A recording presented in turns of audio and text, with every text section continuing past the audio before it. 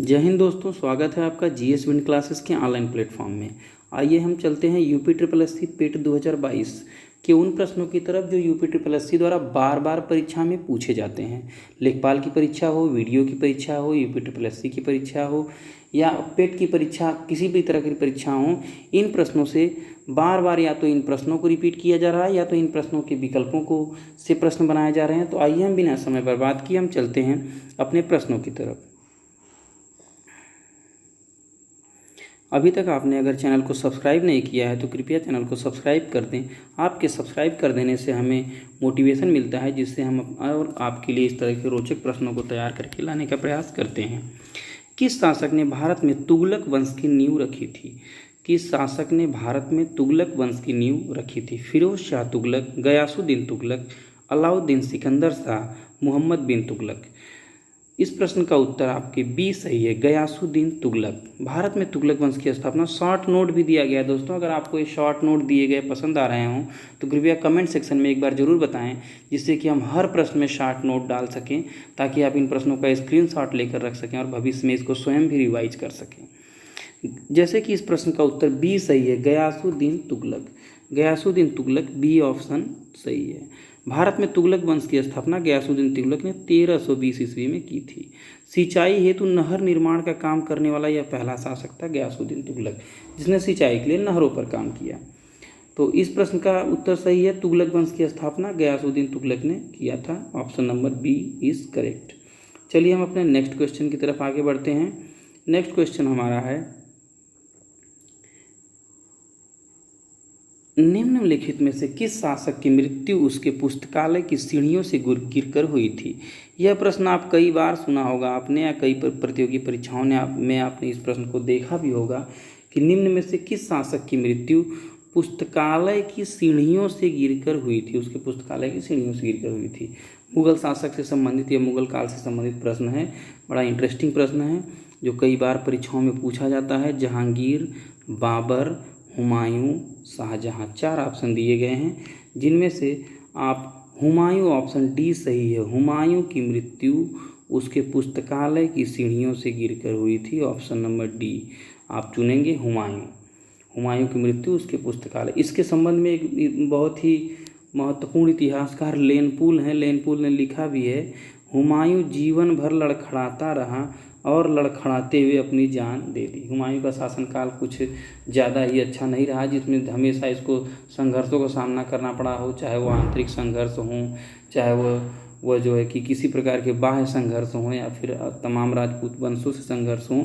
इसने जो है राज सिंहासन संभाला, तब से इसको कभी भी शांतिपूर्वक शासन करने का अवसर नहीं प्राप्त हुआ। हुमायूं, ऑप्शन डी नंबर इसमें सही है। चलिए हम अपने नेक्स्ट प्रश्न की तरफ चलते हैं। इन प्रश्नों का स्क्रीनशॉट लेकर के आप शेयर करें और अपने दोस्तों को भी लिंक भेजें, क्योंकि ये प्रश्न यूपी पेट परीक्षा आगामी होने वाली है। अगर यह प्रश्न डायरेक्ट नहीं तो इन प्रश्नों के ऑप्शन से प्रश्न बनाए जाएंगे, या इन प्रश्नों के नोट्स से आपको शॉर्ट नोट से प्रश्न मिलेंगे। इस तरह के प्रश्न काफ़ी यूपी ट्रिपल एस सी द्वारा रिपीट किए जाते हैं। 2011 की जनगणना के अनुसार उत्तर प्रदेश में किस जिले की जनसंख्या सर्वाधिक है? हमारा प्रश्न जनगणना से संबंधित है। 2011 की जनगणना के अनुसार उत्तर प्रदेश के किस जिले में, उत्तर प्रदेश स्पेशल से संबंधित ये प्रश्न बन जाता है, सर्वाधिक जनसंख्या है? Option number A Allahabad, option number B Agra, option number C Ghaziabad, option number D Moradabad. जैसा कि इसका आपको थोड़ा आभास भी होगा कि सबसे ज़्यादा जनसंख्या देखने से हमें लगता है इलाहाबाद में सर्वाधिक जनसंख्या पाई जाती है। इलाहाबाद, इसका जो सेंसेक्स भी नीचे दिया हुआ है यूपी स्तर का, कि टॉप 1 2 3 4 4 जिलों के बारे में दिया गया है। इलाहाबाद 1 पे, नंबर 1 पे, गाजियाबाद 2 पे, आजमगढ़ 3 पे एंड लखनऊ 4 पे। टॉप पॉपुलेशन वाले डिस्ट्रिक्ट आपके यूपी के नीचे दिए गए हैं। तो इनको आप एक बार थोड़ा सा ध्यान देंगे कि इस बार हो सकता है आपको पहला ना पूछ के दूसरा या तीसरा पूछे, तो आप इलाहाबाद, गाजियाबाद, आजमगढ़ 3 तो कम से कम याद ही रखेंगे। तो इसका ऑप्शन सही हो गया आपका इलाहाबाद। चलिए हम अपने नेक्स्ट क्वेश्चन की तरफ चलते हैं। क्वेश्चन नंबर 4 जो है, संस्कृति से संबंधित प्रश्न है, कल्चर एंड संस्कृति। लट्ठमार होली, लट्ठमार होली के लिए निम्नलिखित में से कौन सा स्थान प्रसिद्ध है? यूपी स्पेशल और संस्कृति से संबंधित प्रश्न इस तरह के बनाए जाते हैं। वृंदावन, गोवर्धन, बरसाना, गोकुल। लट्ठमार होली के लिए, लट्ठमार होली आपने कई बार देखा होगा, औरतें जो है पुरुषों की होली के दिन लाठी से पुरुषों पर के सर पर मारती हैं, रंग खेलते हैं। एक तरह से सेलिब्रेशन का तरीका है। कई बार आपने यूट्यूब वीडियोस पर या अखबारों में या इस तरह की चीज़ें सुनी होंगी। इसमें ऑप्शन है वृंदावन, गोवर्धन, बरसाना, गोकुल।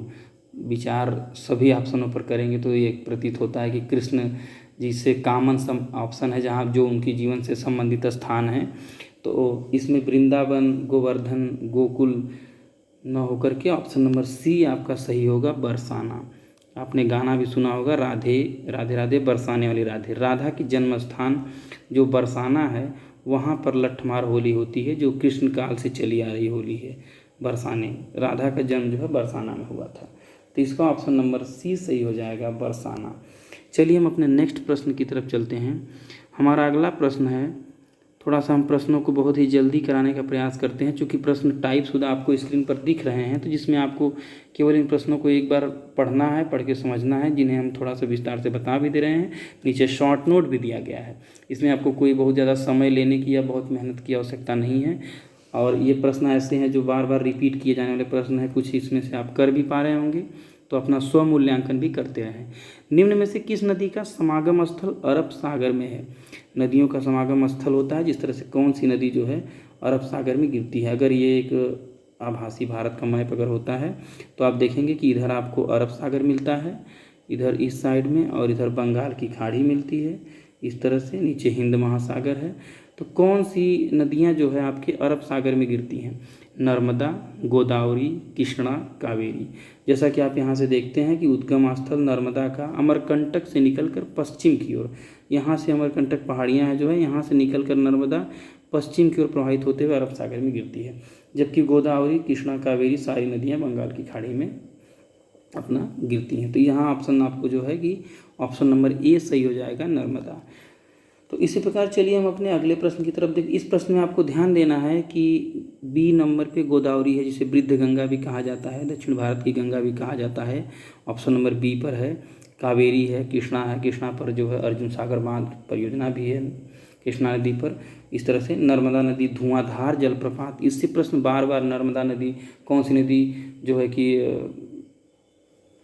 डेल्टा ना बना करके एस्चुरी बनाती है। कुछ नदियाँ डेल्टा बनाती हैं, जैसे गंगा के मुहाने पर जो है गंगा ब्रह्मपुत्र के मुहाने पर पश्चिम बंगाल में आपको सुंदरबन डेल्टा देखने को मिलता है। लेकिन कुछ नदियाँ ऐसी हैं कि जो अपने मुहाने पर डेल्टा ना बना करके एस्चुरी बनाती हैं। तो इन जिनमें से एक नर्मदा नदी भी है, ये एस्चुरी बनाती है। नर्मदा ताप्ती दो नदियाँ हैं, पश्चिम की तरफ गिरती हैं अरब सागर में। इस प्रश्न का ऑप्शन नंबर ए सही होगा। ये बहुत ही महत्वपूर्ण प्रश्न था भूगोल की दृष्टि से। आप अगले प्रश्न की तरफ चलते हैं। चलिए, प्रश्न 6 है, निम्नलिखित में से किस राज्य में भारत में जनसंख्या का घनत्व सबसे कम है?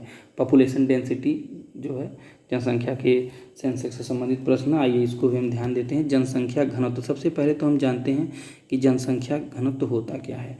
जनसंख्या घनत्व है 1000 मीटर यानी 1 किलोमीटर में निवास कर रहे व्यक्तियों की संख्या को जनसंख्या घनत्व कहते हैं, पॉपुलेशन। तो कहाँ पर सर्वाधिक जनसंख्या घनत्व, कहाँ पर सबसे कम? यहाँ पे पूछा गया है कि सबसे कम घनत्व कहाँ पर है। इसको आप जरा सा ध्यान देंगे कि सबसे कम जनसंख्या घनत्व किस स्थान पर है। जिस क्रम में आप पाते हैं, Mizoram option number A, Mizoram option number B, Sikkim option number D, Nagaland option number C, Arunachal Pradesh. Short note में जैसा कि दिया भी गया है, अरुणाचल प्रदेश में जनसंख्या घनत्व सर्वाधिक न होकर सबसे न्यूनतम है, सबसे कम है 17 व्यक्ति। मिजोरम में 52, सिक्किम में 86, नागालैंड में 199 119। तो 17 व्यक्ति 1 किलोमीटर में 17 व्यक्ति निवास करते हैं प्रति 1 किलोमीटर में। तो सबसे कम आपको यहाँ पे मिजोरम का प्राप्त हो रहा है। तो इस तरह से आपने देखा कि सबसे कम जनसंख्या घनत्व अरुणाचल प्रदेश का है। तो ऑप्शन नंबर डी आप यहाँ पे टिक कर देंगे। चलिए हम अपने, और इसका उत्तर सही होगा अरुणाचल प्रदेश, कृपया इसमें कंफ्यूज ना हो। Option number D Arunachal Pradesh. चलिए हम अगले प्रश्न की तरफ चलते हैं। अगला 7वां प्रश्न है, प्रश्न को इत्मीनान से पढ़ेंगे, थोड़ा सा प्रश्नों को इत्मीनान से पढ़ने का भी प्रयास करेंगे, क्योंकि परीक्षा में भी हम पर थोड़ा प्रेशर रहता है कि किस तरह से जो है हम प्रश्नों को पढ़ते नहीं हैं और जल्दी से टिक कर देते हैं। पता चला सर्वाधिक की जगह न्यूनतम, न्यूनतम की जगह सर्वाधिक लगा दिए, तो भी हमारे उत्तर गलत हो जाते हैं और जिनकी बहुत तकलीफ होती है। राष्ट्रपति की अध्यादेश जारी करने की शक्ति है, ये राष्ट्रपति से संबंधित अनुच्छेद है। राष्ट्रपति को अध्यादेश जारी करने की किस आर्टिकल में शक्ति है, ये पूछा गया है। यहाँ पर आर्टिकल 123, आर्टिकल 121, आर्टिकल 125, आर्टिकल 127, इसका सही उत्तर हो जाएगा 1, 2, 3, आर्टिकल 123। इसको आप ट्रिक से भी याद रखेंगे। अध्यादेश जारी कर, अध्यादेश क्या होता है? राष्ट्रपति ऐसे कानून, जब हमारे संसद में कानून बनाने का अधिकार तो वैसे हमारे संसद को है, लेकिन संसद में जब हमारे पास जो है कि संसद का सत्र नहीं चल रहा होता है या संसद का सत्रावसान रहता है, तो उस समय राष्ट्रपति साहब, प्रेसिडेंट साहब हमारे अध्यादेश, डायरेक्ट ऑर्डिनेंस जारी करके या एक कहिए तो आदेश जारी करके किसी भी नए कानून को हमारे राज्य पर या पूरे देश पर लागू कर सकते हैं।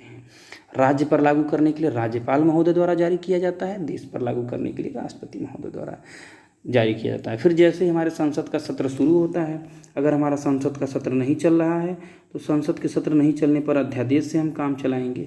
अध्यादेश, लेकिन जैसे ही हमारा संसद का सत्र शुरू होता है, इस अध्यादेश को पास करके बिल में यानी कानून में बदल लिया जाता है। तो इस स्थिति में अगर राष्ट्रपति ने अध्यादेश, जैसे किसान कानून पे भी राष्ट्रपति ने अध्यादेश ही जारी किया था, बाद में आपने देखा कि उसको कानून बना लिया गया, हालांकि सरकार ने उसे वापस भी ले लिया। तो यहाँ पर अध्यादेश ऐसे कानून होते हैं जो इमरजेंसी में, संसद के सत्र न चल रहे की स्थिति में राष्ट्रपति महोदय द्वारा जारी किया जाता है। यह राष्ट्रपति की विशेष शक्तियों में आता है ऑर्डिनेंस जारी करना। जिस तरह से अध्यादेश जारी करते हैं, इसी तरह से राज्य में राज्यपाल भी अपना अध्यादेश जारी करते हैं। तो राष्ट्रपति की अध्यादेश जारी करने की शक्ति है आर्टिकल 1, 2, 3, ध्यान देंगे इसको। चलिए हम अगले प्रश्न की तरफ अपने बढ़ते हैं।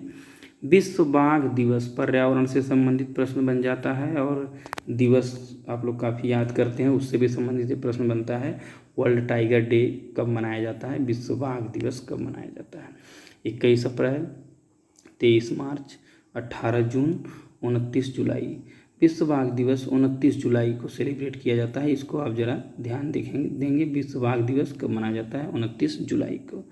29 जुलाई 2010 को रूस के सेंट पीटर्सबर्ग में बाघ सम्मेलन का निर्णय लिया गया। वहाँ पे बाघ सम्मेलन में यह निर्णय लिया गया कि 29 जुलाई को बाघों के संरक्षण के लिए विश्व बाघ दिवस मनाया जाएगा। चलिए, ये तो डे से संबंधित प्रश्न था, याद करने वाला था। इस प्रश्न को आप जरा याद करने का प्रयास करेंगे। रोज़ाना अगर हम 1 या 2 डे भी याद करते हैं, या उस दिन जो डे पड़ा है, तो भी हम तिथि से संबंधित कुछ प्रश्नों को याद रख पाते हैं। अगला प्रश्न है, महात्मा गांधी ने भारतीय राष्ट्रीय कांग्रेस के निम्न में से किस सम्मेलन की अध्यक्षता की थी? कुछ कांग्रेस के सम्मेलन दिए गए हैं, INC, इंडियन नेशनल कांग्रेस के। ये हमारे जो है फ्रीडम मूवमेंट के, जो है स्वतंत्रता से संबंधित आंदोलनों के समय जो कांग्रेस के सम्मेलन हुए, उन सम्मेलन से संबंधित जो आधुनिक भारत का प्रश्न है। इस श्रृंखला में सबसे खास बात यह है कि हर चैप्टर के जो बहुत चर्चित प्रश्न हैं, जो बार बार पूछे गए, जैसा कि पहले मैंने बताया कि ऐसे प्रश्नों को सम्मिलित किया गया है जो परीक्षा में बार बार पूछे गए हैं। तो आप ध्यान देंगे कि महात्मा गांधी ने भारतीय राष्ट्रीय कांग्रेस के निम्न में से किस सम्मेलन की अध्यक्षता की थी? एकमात्र सम्मेलन की अध्यक्षता की थी। ऑप्शन नंबर सी, बेलगाम। इसमें गया, दिल्ली, कानपुर, ये सब आपको नहीं ध्यान देना है। ऑप्शन नंबर सी, बेलगाम, कर्नाटक के बेलगाम अधिवेशन में महात्मा गांधी ने कांग्रेस के एकमात्र सम्मेलन की अध्यक्षता की थी। एक प्रश्न और इसी तरह से बनता है सुभाष चंद्र बोस से संबंधित, जिन्होंने हरिपुरा सम्मेलन या हरिपुरा अधिवेशन की अध्यक्षता की थी कांग्रेस के सम्मेलन से। तो इसको ध्यान देंगे। अगले प्रश्न की तरफ चलते हैं। इसको ऑप्शन नंबर सी सही हो जाएगा, बेलगाम।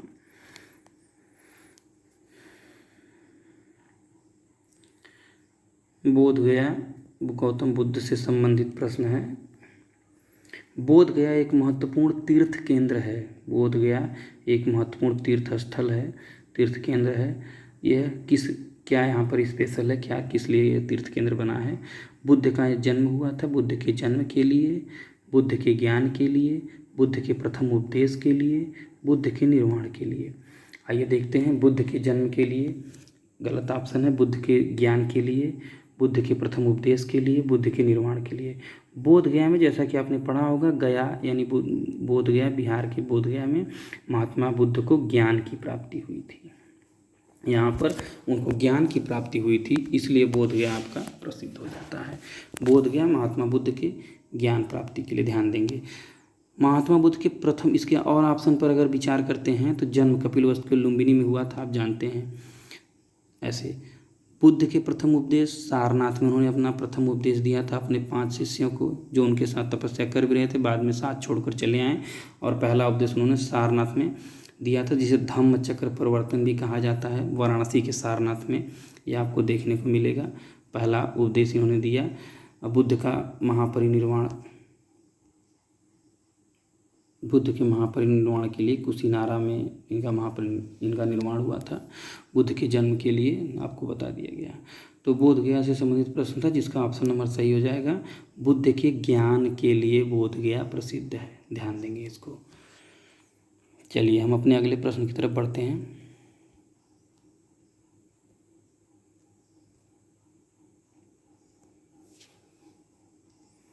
अगला प्रश्न है, किस ग्रह को लाल ग्रह के नाम से जाना जाता है? किस ग्रह को लाल ग्रह के नाम से जाना जाता है, यानी किस ग्रह का कलर रेड है, लाल है?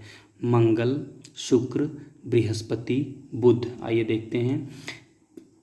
आपने कई बार पढ़ा होगा कि ग्रहों के रंगों से संबंधित प्रश्न पूछे जाते हैं। किस ग्रह पे कौन सी गैस पाई जाती है, किस ग्रह का कैसा कलर होता है, किस ग्रह का क्या स्थिति है। इसी क्रम में इसका ऑप्शन नंबर ए सही हो जाएगा। आप देख रहे हैं मंगल ग्रह। आप इसके बारे में यहाँ पर आयरन ऑक्साइड पाया जाता है, जिसलिए जो है आयरन ऑक्साइड की वजह से मंगल ग्रह जो है लाल, रेड ऑक्साइड जो है की वजह से यह लाल प्रतीत होता है, लाल दिखाई देता है हमको, इसलिए इसे लाल ग्रह कहते हैं। एक ट्रिक भी हम लोग इसमें पहले जो है जब पढ़ते हैं तो ट्रिक भी हम लोग इसमें बनाते हैं कुछ बच्चे याद करने के लिए, कि हम हैं नीले, हम मतलब पृथ्वी, हम हैं नीले, पति भी हैं पीले, पति माने बृहस्पति। शुक्र बहन, शुक्र को जुड़वा बहन भी कहा जाता है पृथ्वी, शुक्र बहन चमकीली है, लाल है मंगल, हरा वरुण है। इस तरह का ट्रिक हम इसको आपको चैनल पे कभी उपलब्ध करवा देंगे। हालांकि ट्रिक ही वीडियो में हमारा बहुत जो है कि उसको भी आपको जब ये याद रहेगा कलर, तभी आप ट्रिक काम कर पाएगा, या ट्रिक से आप इसको सॉल्व कर पाएंगे। लेकिन फिलहाल ये जानें कि मंगल का रंग जो है लाल है, बृहस्पति का पीला है, शुक्र जो है चमकीला है, अधिक गर्म होने के कारण यह चमकीला ग्रह है, क्योंकि यहाँ पे कार्बन डाइऑक्साइड की अधिकता पाई, जिस वजह से इसकी टेम्परेचर बहुत ज़्यादा रहता है। अब बुध जो है सूर्य के सर्वाधिक निकटतम ग्रह हैं बुध। इस तरह के प्रश्न जो है चारों ऑप्शन आप ध्यान देंगे, इनसे लगातार प्रश्न पूछे जाते हैं। बृहस्पति आपका सबसे बड़ा ग्रह की श्रेणी में भी बृहस्पति आ जाता है, जुपिटर। चलिए हम अगले प्रश्न की तरफ बढ़ते हैं। थोड़ा सा प्रश्नों को हम जल्दी जल्दी हल करने का प्रयास करेंगे, ज़्यादा कम समय में अधिक प्रश्नों को कवर करने का। आर्य समाज की स्थापना किसने की थी? आर्य समाज की स्थापना, जैसा कि समाज सुधार से संबंधित इतिहास के समाज सुधार आंदोलन से संबंधित प्रश्न है, आर्य समाज की स्थापना किसने की थी? आर्य समाज की स्थापना में देखते हैं आप, यहाँ ऑप्शन आपको दिए गए हैं, राजा राममोहन राय, स्वामी विवेकानंद, दयानंद सरस्वती, राधाकांत देव। आर्य समाज की स्थापना राजा राममोहन राय, स्वामी विवेकानंद, दयानंद सरस्वती, राधाकांत देव में से इन चारों ऑप्शन में से जब आप आर्य समाज देखते हैं तो दयानंद सरस्वती ऑप्शन सही आता है, Dayanand Saraswati option number C. तो स्वामी दयानंद सरस्वती ने आर्य समाज की स्थापना की थी।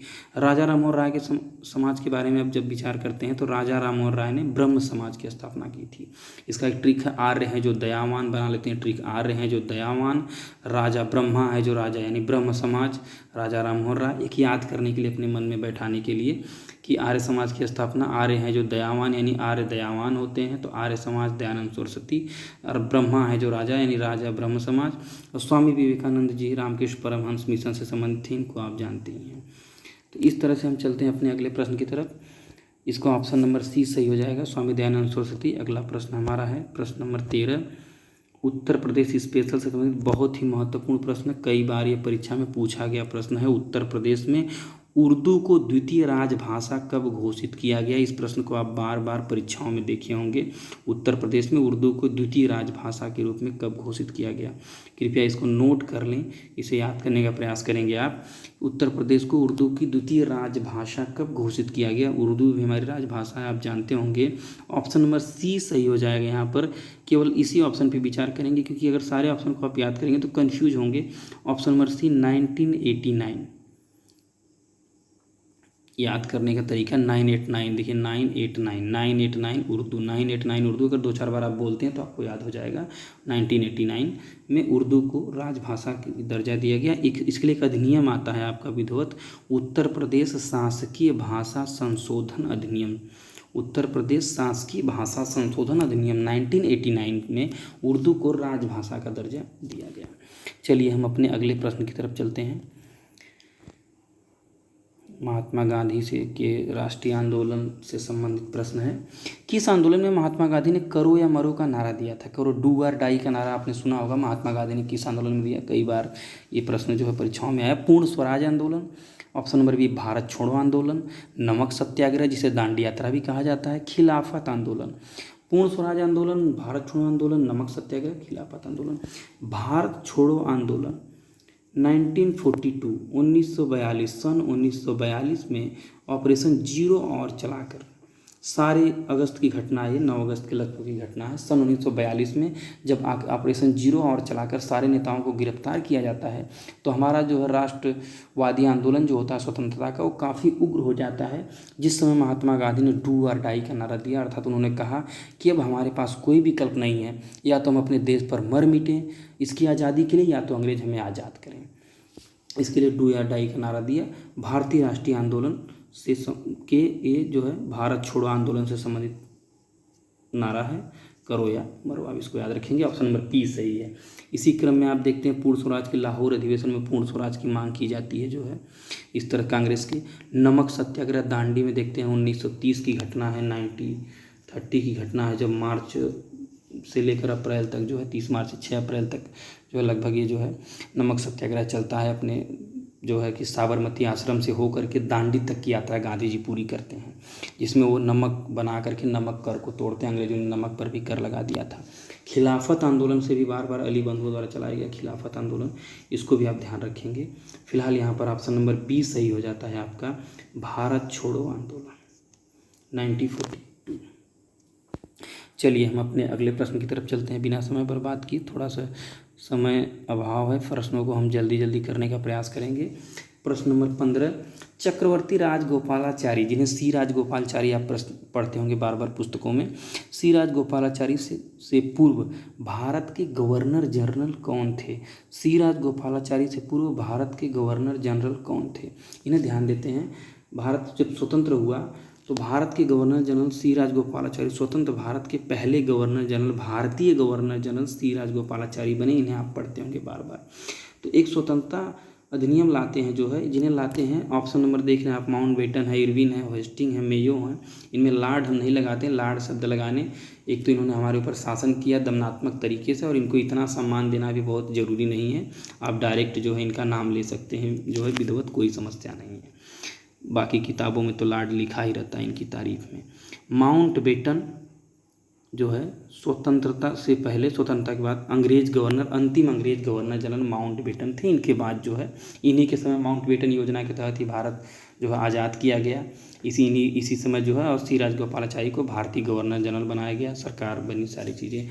बाकी इनमें इरविन है, इसके बारे में जानते होंगे कि गांधी और इरविन के बीच में समझौता हुआ, तब जा करके गांधी द्वितीय गोलमेज सम्मेलन में भाग लिए इरविन जो है। और लॉर्ड मेयो के बारे में भी बार बार एक प्रश्न पूछता है, आप ध्यान देते होंगे। दशकीय जनगणना जो है पहली बार लॉर्ड मेयो के समय में शुरू हुई।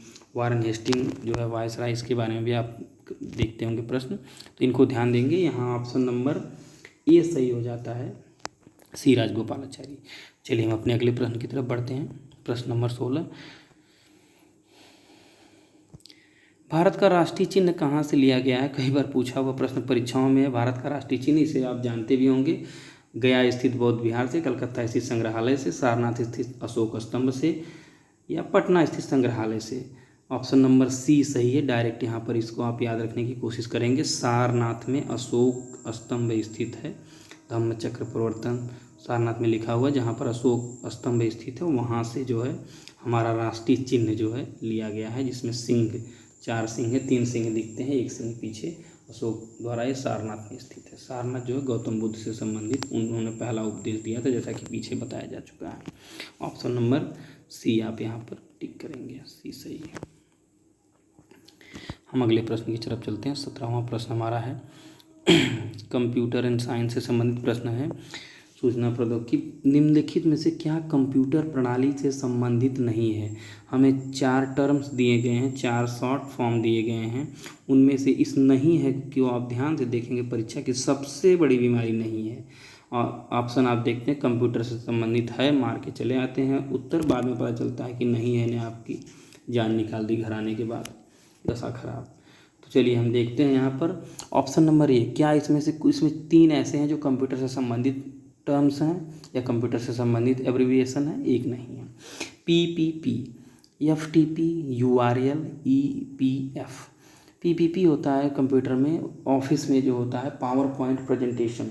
जब पावर पॉइंट प्रेजेंटेशन हम बनाते हैं, कोई प्रेजेंटेशन बनाते हैं, तो इसमें PPP यूज होता है। तो ये भी कंप्यूटर से संबंधित हो गया, पावर पॉइंट प्रेजेंटेशन। FTP के बारे में file transfer protocol, file transfer से संबंधित होता है। ये जो है फाइल ट्रांसफ़र प्रोटोकॉल, ये भी कंप्यूटर से संबंधित ही है। URL के बारे में आपने सुना होगा, जो वेबसाइट होती है, वेबसाइट का एड्रेस होता है, तो उसमें URL का प्रयोग होता है। URL का पूरा नाम होता है यूनिफॉर्म रिसोर्स लोकेटर। किसी वेबसाइट का एड्रेस होता है यूनिफॉर्म, उसका एड्रेस होता है। इसके बाद हमारा एक ऑप्शन आता है, ऑप्शन नंबर डी, जो यहाँ पर आप देख रहे हैं, EPF, एम्प्लॉय प्रोविडेंट फंड, कर्मचारी भविष्य निधि। तो इसका कंप्यूटर से कोई संबंध नहीं है, तो यहाँ पर ऑप्शन नंबर डी सही हो जाता है आपका, EPF, ऑप्शन नंबर डी। चलिए हम अगले प्रश्न की तरफ चलते हैं। इसमें आपने कंप्यूटर से संबंधित 3 टर्म को याद रखना है। PPP, power point presentation, file transfer protocol. बार बार परीक्षा में रिपीट किया है, कई परीक्षाओं में उत्तर प्रदेश की, चाहे पुलिस भर्ती हो, लेखपाल हो, BDO हो, पेट हो, कई परीक्षाओं में इस प्रश्न को देखा गया है। URL, uniform resource locator. In full forms को कंप्यूटर से संबंधित कुछ छोटे छोटे टर्म्स हैं, फुल फॉर्म है, जिन्हें आप थोड़ा सा देख करके ही एग्जाम में जाएंगे तो आपके लिए काफ़ी हेल्पफुल होंगे। अगला प्रश्न है कंप्यूटर से संबंधित, ये भी प्रश्न है, कंप्यूटर से संबंधित कई प्रश्न पूछे जाते हैं जो है इन परीक्षाओं में, आपके सिलेबस में भी है। किसी कंप्यूटर में कौन कौन सी कुंजी दबाने पर संपूर्ण आलेख का चयन किया जाता है। जब प्रश्न को थोड़ा हिंदी में दे दिया जाता है तो समस्या तब शुरू हो जाती है। बहुत ही आसान प्रश्न है। अब आप कई बार सुने होंगे, एक ऑप्शन होता है कंप्यूटर में सिलेक्ट ऑल ऑप्शन होता है। वही ऑप्शन यहाँ पर, उसी ऑप्शन की बात हो रही है, वही ऑप्शन ये प्रश्न में आया है, लेकिन यहाँ संपूर्ण आलेख का चयन किया जाता है। जब बोल देता है तो बच्चा काफ़ी कंफ्यूज हो जाता है, लेकिन कंफ्यूज होने की आवश्यकता नहीं है। पूरे आलेख का मतलब पूरे लेटर का चयन एक बार में, या जो भी आपने टाइप किया उसका चयन एक बार में हो जाता है। सेलेक्ट ऑल जब आप कर लेते हैं तो उसमें जो है, तो इसमें ऑप्शन नंबर कंट्रोल, CTRL में कंट्रोल एक बटन कीबोर्ड में होती है, कंट्रोल+C, कंट्रोल+A, कंट्रोल+B, कंट्रोल+E। तो कंट्रोल सेलेक्ट ऑल का A से ऑल होता है, कंट्रोल A तो ऑल ये हो गया A से ऑल। तो ऑप्शन नंबर बी सही हो जाएगा कि कंट्रोल A से आपका संपूर्ण आलेख चयनित हो जाएगा। अगर आपने कंप्यूटर पे कोई पेज बनाया है तो संपूर्ण आलेख आप एक बार में चयन कर लेंगे। इसमें और भी इंपॉर्टेंट ऑप्शन है जिनको आप ध्यान देंगे। कंट्रोल+C कॉपी करने के लिए प्रयोग होता है, कई बार आपने इसका यूज भी किया होगा, जो लोग कंप्यूटर से थोड़ा सा परिचित होंगे तो जानते होंगे। कंट्रोल+B लिखे गए शब्दों को अगर सेलेक्ट कर लेते हैं तो बोल्ड कर देंगे आप इससे। कंट्रोल+U इसी तरह से होता है कि किसी टेक्स्ट को अंडरलाइन करने के लिए होता है। इससे जो है किसी टेक्स्ट को आप उसके नीचे लाइनिंग ला सकते हैं, इस तरह से अंडरलाइन कर सकते हैं, सेलेक्ट कर देंगे तो इन प्रश्नों को भी आप जो है ध्यान देंगे ऑप्शन को। फिलहाल यहाँ पर ऑप्शन नंबर बी सही हो जाएगा, कंट्रोल A सेलेक्ट ऑल। चलिए हम अपने अगले प्रश्न की तरफ चलते हैं। अगला प्रश्न हमारा है कंप्यूटर प्रणाली में अस्थायी स्मृति है। परमानेंट मेमोरी, ऐसी मेमोरी जिसे डिलीट नहीं किया जा सकता, जिसमें बहुत बदलाव कुछ नहीं किया जा सकता है, उसे परमानेंट मेमोरी कहा जाता है। कंप्यूटर में दो तरह की कंप्यूटर की मेमोरी होती है और इसमें दो तरह की मेमोरी होती है। एक होती है आपकी परमानेंट मेमोरी और एक होती है टेम्परेरी मेमोरी। हम जो भी वर्क करते हैं टेम्परेरी मेमोरी पे करते हैं, लेकिन जब इसको हम सेव कर देते हैं तो सेव करते ही हमारे परमानेंट मेमोरी में चला जाता है, जिन्हें हम बाद में भी इस्तेमाल में ला सकते हैं। तो आइए देखते हैं इसमें अस्थाई मेमोरी क्या है। अस्थाई मेमोरी रैम, पहला तो option number A RAM, B ROM, C C D ROM, D C P U. आइए इसके बारे में जानते हैं। रैम रैंडम एक्सेस मेमोरी, यह कंप्यूटर की अस्थाई मेमोरी होती है। हम जो भी फाइल शुरुआत में बनाते हैं वो इसी पर बनती है।